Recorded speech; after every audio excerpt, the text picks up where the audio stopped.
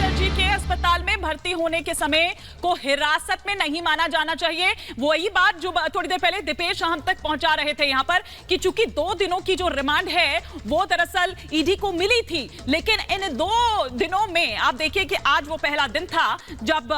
एक तरह से ये पूरा दिन जा चुका है और अभी अगर ईडी की बात करें तो वो अपना पहला स्टेप भी अभी नहीं उठा पाएगी और ये 2 दिन बहुत ज्यादा इंपॉर्टेंट थे। लेकिन किस तरह से चालाकी की जा रही है पार्थ चटर्जी की ओर से, टाइम बाय करने की कोशिश हो रही है कि किस तरह से वो 2 दिन निकाल पाए। लेकिन इस बीच एक और बड़ी खबर, ईडी ने कोर्ट में कहा है कि अगर पार्थ को इलाज की जरूरत होगी तो दिल्ली एम्स भी ले जाएंगे। ये बड़ी खबर जो इस वक्त आ रही है कि पार्थ चटर्जी अगर वाकई में बहानेबाजी कर रहे हैं या लास्ट उनका जो अगर मेडिकल रिपोर्ट की बात करें वो बिल्कुल नॉर्मल थी, तो अगर ऐसा लग रहा है पार्थ चटर्जी को कि उनका स्वास्थ्य उतना ठीक नहीं है तो उनको दिल्ली एम्स भी शिफ्ट किया जा सकता है, वहां भी ले जाया जा सकता है। तो अमित, दरअसल ये एक टाइम बाय करने की कोशिश, वही जो मैं यहां पर कह रही थी, ये वो कोशिश हो रही है, लेकिन ईडी के जो भी अधिकारी हैं वो ये कह रहे हैं कि इसको ना माना जाए कि भैया वो हमारी कस्टडी में है, क्योंकि वो तो खेल कर रहे हैं।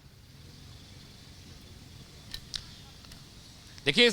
हिमानी, जैसा कि मैं आपको कह रहा था कि एसकेके में अस्पताल में जब वो भर्ती हुए तो उनसे ईडी सवाल जवाब नहीं कर पाई और ईडी इसीलिए कह रही है कि अगर वो सेना के अस्पताल यानी कमांड हॉस्पिटल में जाते हैं या किसी सेंट्रल हॉस्पिटल में जाते हैं तो वहां पर थोड़ा मामला दूसरा बनता है। देखिए, उन्होंने कहा है कि उनके सीने में दर्द हो रहा है और 2 दिन की जो रिमांड ईडी को मिली वो वेस्ट हो रही है। हिमानी, पहला आज का दिन पूरा बीत गया, वो अस्पताल में भर्ती है और कार्डियोलॉजी डिपार्टमेंट में पूछताछ की परमिशन नहीं होती है क्योंकि बहुत सेंसिटिव केसेस वहां पर आईसीयू के अंदर और आसपास के वार्ड्स में होते हैं। यानी ये जो हेरफेर की बात है हिमानी, ये खबर पुख्ता है कि वहां रिपोर्ट्स में हेरफेर की गई थी ताकि यह दिखाया जा सके कि उनकी तबीयत खराब है और वो अस्पताल में दाखिल रहे। और जो बात आप बता रहे हैं कि एम्स में भी इलाज हो सकता है, इसलिए ईडी ये जिरा कर रही है कि अगर 2 दिन की रिमांड कोर्ट ने दी है तो वो क्लीन रिमांड होनी चाहिए, यानी 2 दिन, यानी उन्हें 2 दिन मिलने चाहिए पूछताछ के लिए, इंक्वायरी के लिए, इन्वेस्टिगेशन के लिए। लेकिन ऐसा हो नहीं रहा क्योंकि साहब बीमार हैं और साहब अस्पताल में भर्ती हैं। आज का पूरा दिन निकल चुका है, कल एक पूरा दिन बाकी है, कल पीएमएलए कोर्ट में पेश होना है। लेकिन अगर तबीयत खराब रही तो पीएमएलए कोर्ट में